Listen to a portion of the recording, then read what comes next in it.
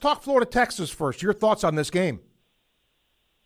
Well, it has that kind of last stand feel for Florida. If they're going to have any sort of success this season, especially getting this game at home, it's got to start on Saturday. Coming off of an open week, and we know the struggles offensively have been detailed, and DJ Lagway just hasn't been anywhere near the player that we thought he would be this season. And what better time than now against obviously a really talented Texas defense, arguably the most talented defense in the country, to get it going and show some life. And, if it's more of the same on Saturday, it's hard for me to envision any sort of turnaround, even though this team did do that at the end of last year, and there will be some other opportunities. But this just feels like a really important moment for the Gators and for Billy Napier and for DJ Lagway to generate some element of positivity for this particular season.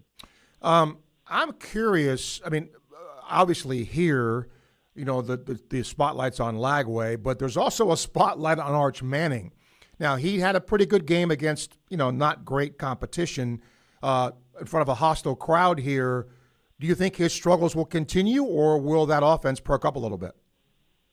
Well, I think if there's a time for it to perk up, it's also now, even though Florida has a lot of talent on the defensive side. One thing that's been brought up to me and just in doing some reporting around Arch is that, Texas's supporting cast just hasn't been as strong as it was last year. And, part of that was who they lost to the draft. Part of that's been because of injuries. And it looks like they're going to regain some of the key pieces around Arch that should be able to help him, with this transition. And, he did look better, obviously, against Sam Houston, but that's a really, down the line team. That's not Florida. And he's going to have to make better decisions. He's going to have to, be more on target and find that rhythm.